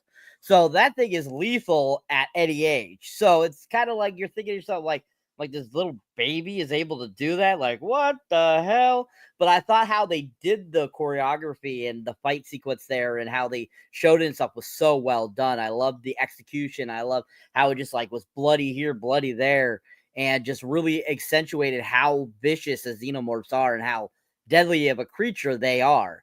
And so I really enjoyed that whole section. I thought that was freaking insane. And of course, you know, Wendy's brother's face after it's done, he's like, shit, and he picks up the weapon. You're just like, yeah, that was probably a good idea. So I think that this section is decent, but I think the best part is really this end point of the episode, of the section, and it was just fantastic. Absolutely loved it. Thank you, Cyber. Yeah, no, I agreed. That scene was really awesome. Just was the highlight of my enjoyment of this episode. Jeff, your thoughts on Marrow arriving the facility, and pretty much, you know, the end point where, you know, Wendy sends the Seymour in the forest to kill the soldiers that were like holding the gunpoint at them. Are we going all the way to the end of the episode? No. We're still at the forest, sir.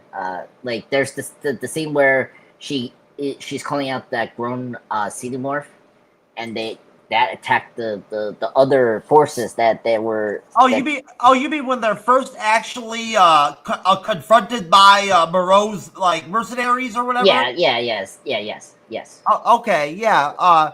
Yeah, I mean, I don't know, like, honestly, I thought that, I thought Moreau's team, like his group was a little small, for a mission like this, you know? I would have expected maybe more, soldiers, more mercenaries, right? I thought there was like, not very many of them, which that kind of shocked me. But they did a really good job of blending in really well, and then coming out of the water like you know, all surprise style, you know, like, you know, like that was really well done. Yeah, I like Moreau too, you know. I'm not sure if he's my favorite character he might be, he's certainly probably the most interesting character on the show without question. And he's a core piece of the show, of the story too. That actor's great. But I haven't gotten that. Until the show's over, it's hard for me to really, make that kind of like decision, I'm just trying to think of what else happened. I'm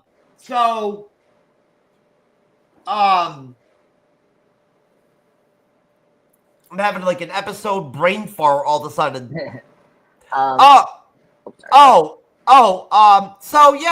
Basically, overall, the pace picks up eventually in the episode, and it kind of does actually kind of balance out, and end up being more like what we're kind of used to with the show, I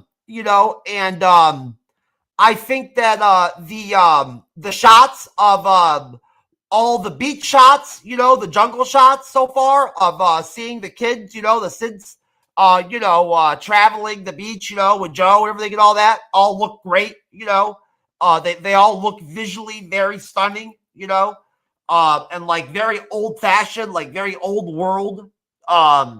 So yeah, that stuff looks great. The show looks great overall, every episode,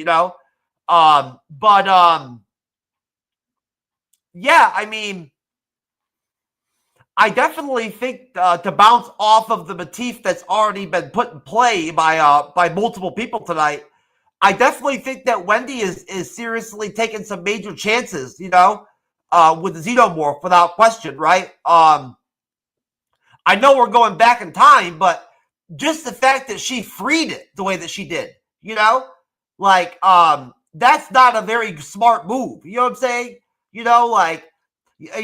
For somebody who's a synth and is supposed to be so intelligent, whether they're like built, whether they're based on children or not, I would anticipate that they'd be intelligent enough to realize you cannot let alien species like that out like freely out onto Earth. You know what I'm saying?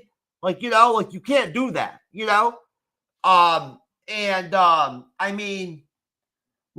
at this point right now, who knows where they could go with season 2, with this, we'll see what happens with the finale, obviously, right? But, if this becomes like something akin to the Marvel comic book, the Alien comic book, of Alien Earth, where Earth gets overrun by the Xenomorphs, like that kind of deal, like that kind of story.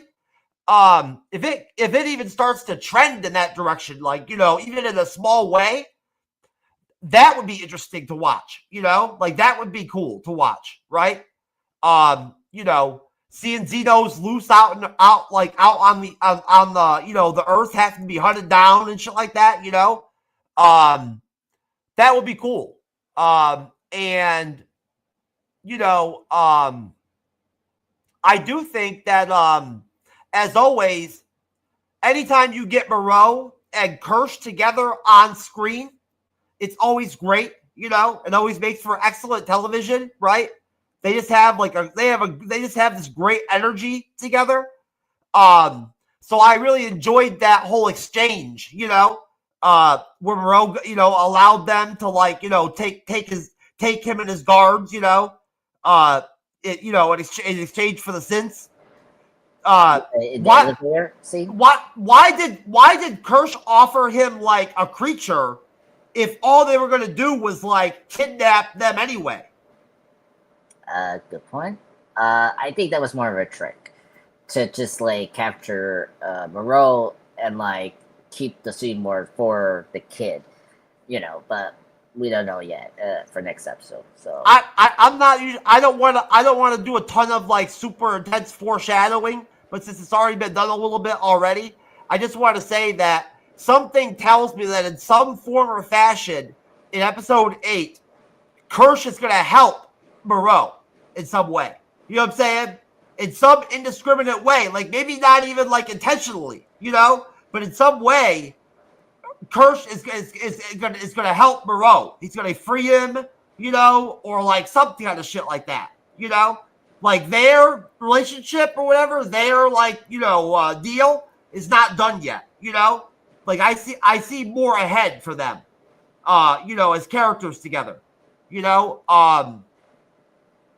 and I don't get a vibe from either one of them that either one of them is really very intimidated in any way, or like, like really like, all that like, like hatred or hateful, towards the other person, right? Like, they seem to like get along pretty cordially. So yeah, I love them together. They're great. And give me as much Kirsch in an episode as possible. The shit with Kid Cavalier talking to the fucking goat, talking to the fucking sheep, and now wanting to actually transfer the fucking the eyeball monster to an actual like sentient being is definitely really interesting. I can't wait to see who he picks. I really want to see that thing talk. The eyeball creature, like really talk. And I like Kid Cavalier. I honestly, I'm one of the few people that does not want to see him die in the next episode. Like I don't want him to die. I'd like to see as many of our main characters that I really like survive and like make it through to season 2 as possible. So yeah, I mean, overall, the episode wraps up well. I mean, it has its usual, solid, alternative rock song to wrap it up. We're not there yet. Oh, I forgot. I'm sorry, sir. For some reason, I keep getting this like idea that we're like going to the end. My bad. No worries. But it's very quick. I mean, the ending's like very fast here. But let me do the recap and then answer, get you guys' thoughts about that. So Mero and his troop make their way to the compound, but they're intercepted by Kirsch. So like Kirsch already captured like the newborn xenomorph that was from Arthur's chest. Mero is now held in custody while slightly in sim are taken back by Kirsch. Then this is where pretty much the finale where Wendy, Joe, and Nibs reach to the vault, right? But they're intercepted by the Neverland forces, and this is by the way, I need to address. We brought it before. Nibs, the redhead kid, is cuckoo and crazy and very weird, and I never expected this to be the most goriest attack ever by a synth. And so Nibs grows so frustrated. He literally brutally kills a soldier by kicking the jaw out of the soldier. I was like, whoa, and then that I was not expecting that. I never saw I don't think any of our synths from the movies did that. Like this was like hard. Come on, Andres. If there was one synth that was potentially going to do something like that, you didn't know that it was going to be her. No, I kind of expected that, but I didn't expect that to be that like brutal. I thought maybe she would do a neck break or like, you stab to the heart. Not like takes the jaw out. I just thought that was brutal. But anyway, it's a good kill, I gotta say. But anyway, she her and Wendy started to attack because and she tried to communicate the Seymour, which the Seymour hears, but Joe covers her mouth, which shows that he doesn't like what Wendy's been doing this like whole episode. So and of course Joe knocks down trying to stop his friends, his two friends that he has from the beginning of the season, to like understand what is going on, but seeing what Nibs is doing, killing one soldier and then almost killing the black chick, it promoted Joe to incapacitate her with a gun, which shocked Wendy about Joe's action. She kind of scrolls him on what he did, towards the end of the episode, and that's kind of cut to credits. But we saw briefly the Seymour watches far in the distance, maybe gonna follow Wendy and wait for the signal that either she will call him or not to like stop this whole thing. So that's the end point. Jeff, go ahead. If you want to have anything else to say about that indie that you haven't addressed yet, go ahead. Yeah, I don't really have much left. I mean, I'm pretty shot. I won't lie. I'm pretty tired tonight, so it's definitely taking a toll on my ability to contribute on at the level I'd like to. But I will just say that I honestly, in the beginning of Alien Earth, I was just a little bit iffy about Wendy and the synths as characters. That was the one concept that kind of concerned me. But after 7 episodes of the show, I'm okay with it now. I've bought into it to where now to where I'm I look forward to to what's gonna happen with it. I honestly can tell you that I was not shocked that crazy synth chick, Frigga or whatever, that she did that. I didn't know exactly what she was going to do, like how she was going to do it, but it was obvious that if one of the synths was going to finally like unleash and use their power and their strength, and like do it in some kind of like really, violent way, then it would be her, I think so I was not that shocked. I was kind of shocked that the guy was like hanging in there, like acting like he was okay afterwards.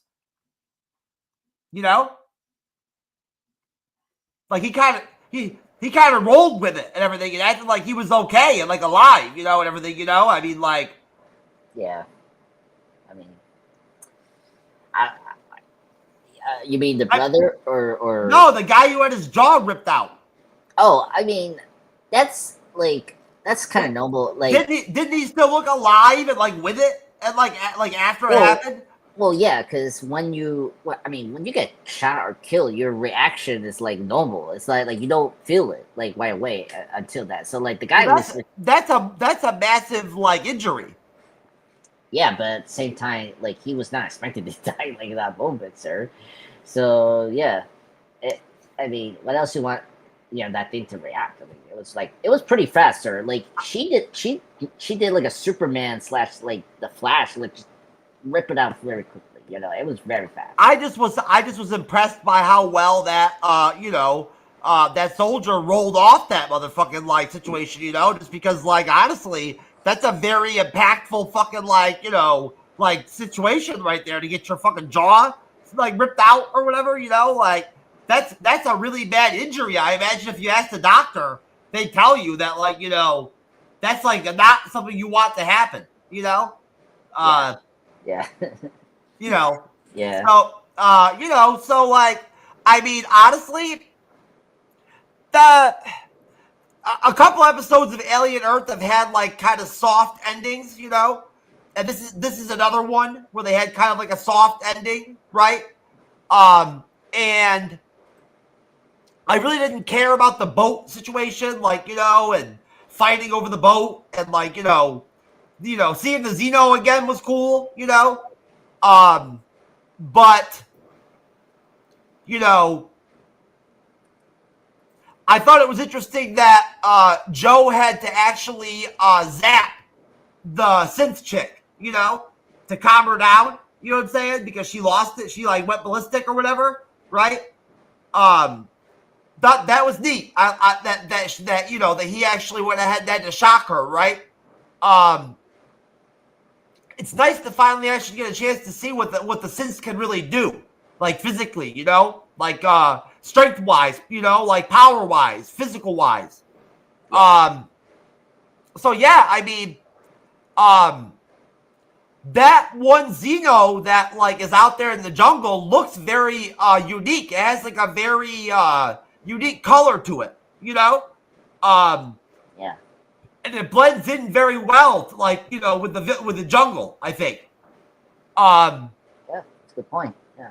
Yeah, I like where the show's going. Episode 7 was, a so-so episode. It was nothing really super special. but it was entertaining, you know, and some cool stuff happened, you know. So that's pretty much it. Thank you, Jeff.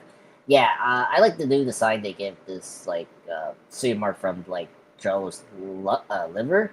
It looks really cool. It's green, which I like. Saber, you're next. Your thoughts on the final episode, the final act of this episode, sir? Go ahead. And it's your turn, sir.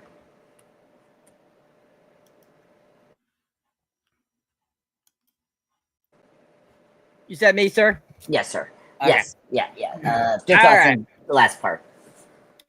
So, so the last part of the episode is really what it really gets kicking off. You know, we have this great action sequence, and we got synth battle royale going on here. And the redhead decides to go full on metal jacket here and rips off that dude's face. And I was like, "What?" I'm like, "That's awesome!" And so then, you know, we have basically this full on, you know, kind of battle royale at the end here, which was really fun. And I think, you know, the lead up to it was pretty basic. You know, it led into it very well. There wasn't too much to it, but at the same time, it still gave across what I felt was enough to keep the story continuing to, you know, to get us to the finale.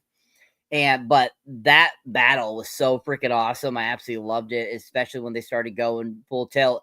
And then when he decides to shock her with the gun, you know, I was like, oh, he doesn't want her to kill anybody else after killing a couple of the guys already. You're like, yeah, we don't want him killing the black chick, you know. And you know, it was kind of like, you gotta save her. And so him like shooting the gun and like zapping her, and then Wendy being like, what did you do? And I'm just like cracking up, going, he just zapped her with some electricity. She'll be fine. Chill out, Wendy. I'm like, just disabled her for a little bit. She'll be fine. It's just some electricity. You're a Sith. You'll be fine.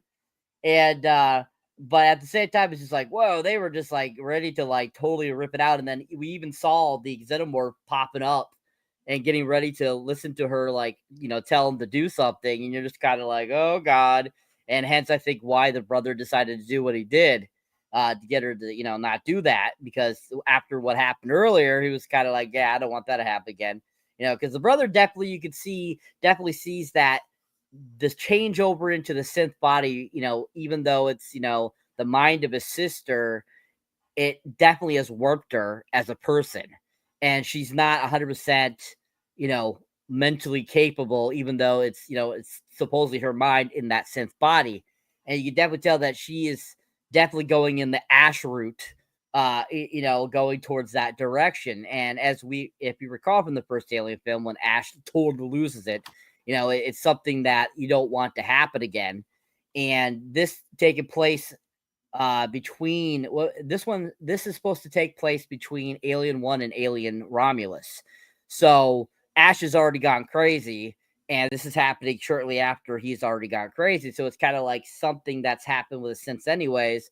This is something that's acknowledged a little bit, you know, in that universe. But at the same time, it's like it's kind of showing the slow progression, I feel, of that possibility of a synth losing its mind, like Ash does in the first Alien film. So I think that's really great on Noah Hawley's part, is he's kind of giving you an idea of what these synths are all about, to kind of give you more of a picture, I feel, of what the synths are all about. Because, you know, if you have just watched the first Alien film, or if you watch any of the other ones that had synths in them, you'd be like, okay, you know, they're you know, they have no emotion, they're robots, blah blah blah, you know, etc. You don't really know much about their history.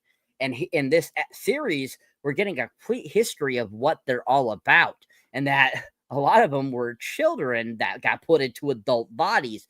And you're thinking to yourself, I'm thinking about it the other day, and I'm like, huh, I wonder if Ash actually had the mind of a child in him. Or how about, you know, in Prometheus, did Michael Fassbender's character was he fully synthetic, or did he have, you know, the same thing? You know, so this opens up a whole world of all the different, you know, thought processes that you could go for. And I think that this ending of this episode really highlights that very well. Really solid ending to a really fantastic episode. Thank you. No, good point. Very good ending for this episode. I really enjoyed it. well paced.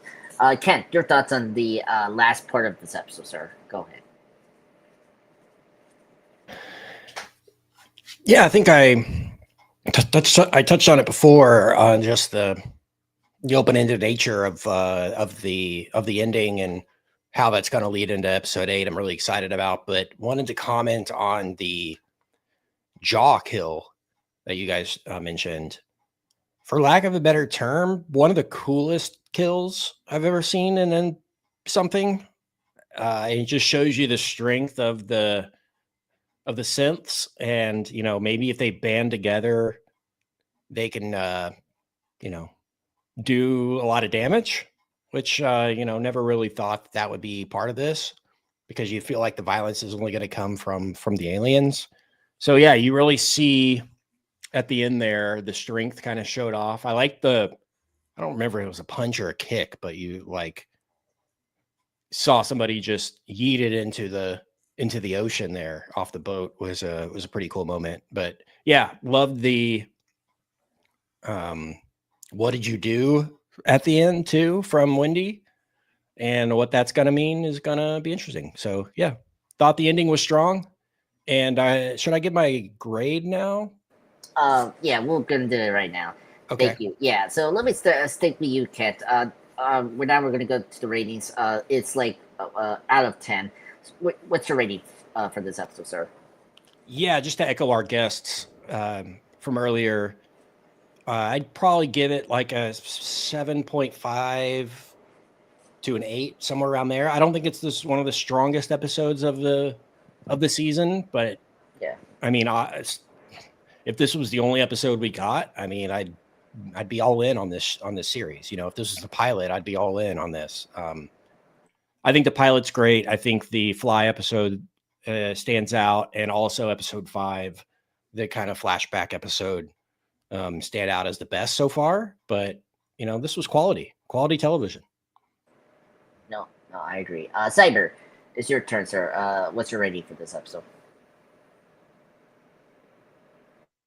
I will give this episode a solid 10. I enjoyed it. I thought it was entertaining, and I think that it was just really fun. So I have to give it a 10 because it just entertained me. Whoa, I didn't expect that. That is cool. Okay.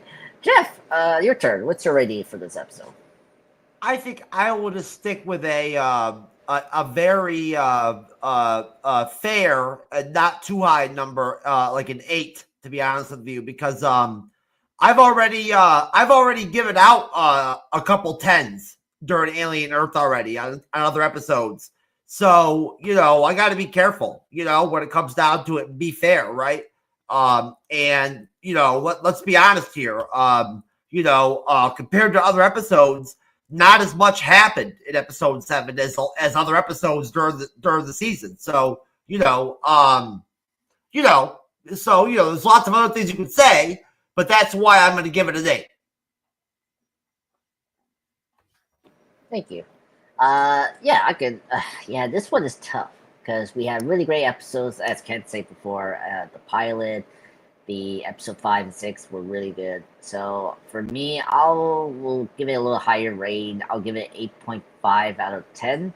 I thought this was a really good quality episode. I think, as Kent said before, it's a quality episode for a show that still is amazing. I just thought that the pacing was just a little off. I think, as Jeff said before, or some of our guests brought up before, Cyber said before, the pacing was a little off from like the middle section. But when we got to the Seymour, the new the grown Seymour attacking the soldiers, that was like, okay, this is where the pacing got better. And I thought the ending really shocked me, and I was like, oh, okay, this is where we're gonna go. Okay, and I think it will lead a very interesting finale. So thank you everyone for joining us tonight. It was a pleasure moderating the show. Now I will give it to Jeff to send us out and plug our content out, and we'll be heading out. So thank you. Jeff, it's your turn, sir. All right, Andres, the pop culture guy. Good job, sir. Appreciate you. All right, folks. Rate and follow the MCU's Bleeding Edge podcast, please. If you enjoy us in audio form, we're going to go ahead and do all of our content, creator plugs real quick. And obviously, you only are going to see that if you're catching us in digital form. But Ken, why don't we start off with you first, sir? I'll pull off your YouTube channel and go ahead and just tell us a little bit about Mad About Movies. Yeah, we got a little bit of YouTube content that we've posted in the past month, doing a little bit of movie essay type content, chiming in on some movie business. We love talking business on the show, box office returns, budgets, green lighting, things like that. So, but yeah, follow the podcast at Mad About Movies on all the socials, and subscribe. We do a movie a week, usually whatever is out in the theater that did well in the box office. So we're always talking about current movies, and we also have a Patreon where we talk about past movies celebrating 20 years, things like that. So that's a great thing about doing shows like this. As you guys know, there's so much to talk about. So we've done thousands of episodes over the past decade plus, and I feel like we still haven't even scratched the surface on what we can talk about. So yeah, subscribe, Mad About Movies, if you like weekly movie talk. Most definitely, brother. I respect the desire to have the conversations about things like budgets and the financial aspects and stuff like that of the industry. I too actually enjoy that kind of conversation. Well, good. Yeah, well, that's something we're really interested in, and it's just so daggum important now, and oh yeah, why certain genres are popular. It's why other genres aren't popular. It all kind of comes down to the business. So. Andres and Cyber will tell you they're probably tired of hearing me talk about budgets and how much money's getting spent on TV shows and stuff like that lately. So I'm all about that. I like that conversation a lot too, brother. I'm with you. Cool. Yeah, thanks. So yeah, a bunch of movie industry talk, and of course we review movies too, same as you guys. So check that out. Yeah, I'm very into the industry news as well. It's pretty awesome. Yeah, I don't get tired of the budget. It's always funny and just like, how the hell did this studio spend so much money on this one product? It's like crazy. Anyway, hello everyone. This is Andreas Pop Culture Guy. This is my channel. Channel Presents. Recently, I posted my birthday tribute to Jeffrey Combs, amazing actor who played the iconic horror character, mad scientist Hooper West. Of course, the reanimator Lovecraft story. Of course, he played this character in 3 films. You can check that out. Plus, I did post the trailer reaction of Peacemaker Season 2 and Predator Badlands a long time ago. I just had a chance to do that and download it into my channel. You can check that out with me and Jeff. We reacted to those 2 trailers. And no new shorts. Tonight I'll probably do a new short, something around Beetlejuice. And no live stream this week, but next week, the 28th, me and Jeff are back again to rank our favorite X-Men films. So please check that out. And not check out, thank you, Jeff. Plus, he had a chance to see his first time seeing Logan. It was a great conversation. He loved it. We did also trade reactions as well at the same time that live stream. So it was really fun. So check that out, please. So thank you, everyone. All right. Last but not least, Cyberneticshark, sir. Go ahead. All right, folks. So if you enjoy me here on the panel, or if you enjoy me as a moderator on the MCU'S Bleeding Edge, you can check my solo content. You'll find me under Cyberneticshark, all one word, on YouTube. That's my home page. But you can also find me on TikTok, Instagram, Facebook, Threads, Patreon, many other places. Most recent review there is for Nobody 2. Just finally put that up. If you have not seen that or haven't checked out that review yet, give it a whirl. You can check out my Bad Guys 2 review as well. Those are my 2 most recent full reviews for you guys. I put up a few different, mini reviews over the last, few weeks and stuff like that of films I've seen recently. So check those out too as well. Be having more content up for you guys soon, more trailer reactions, more stuff like that.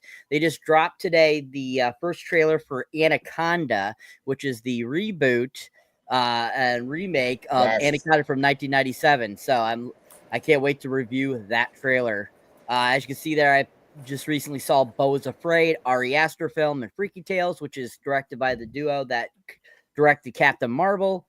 Both very interesting films. If you're an Ari Aster fan, I'm sure you'll love Beau is Afraid. If you don't like Ari Aster, you'll probably find Beau is Afraid very long and drawn out and dumb. So check out that mini review of that too as well. Freaky Tales was pretty interesting. Check out that. Yeah, lots of more coming for you guys. So keep on watching, keep on subscribing. Please check out the Patreon page. Lots of cool stuff on there too. Helps the channel out. And we appreciate you guys watching us here on the MC Bleeding Edge. I always enjoy our wonderful panelists. They're all very appreciated when they come on and all that kind of good stuff. Keep listening to our podcast and all that good stuff. And we appreciate you. Most definitely. Ken, it was great having you on the panel on the Bleeding Edge for the first time, sir. Hopefully we'll see you again. We enjoyed having you. Cyber, it was good to be on the panel with you tonight, sir. Andres, great job moderating. Folks, that is the end of our recap for Alien Earth Season 1, Episode 7. We are out of here.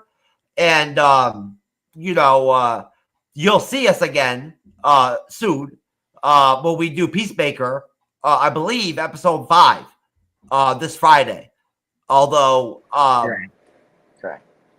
It might be who knows when y'all actually end up catching that episode or that live stream. Either way, folks, we'll see you next time. Peace out.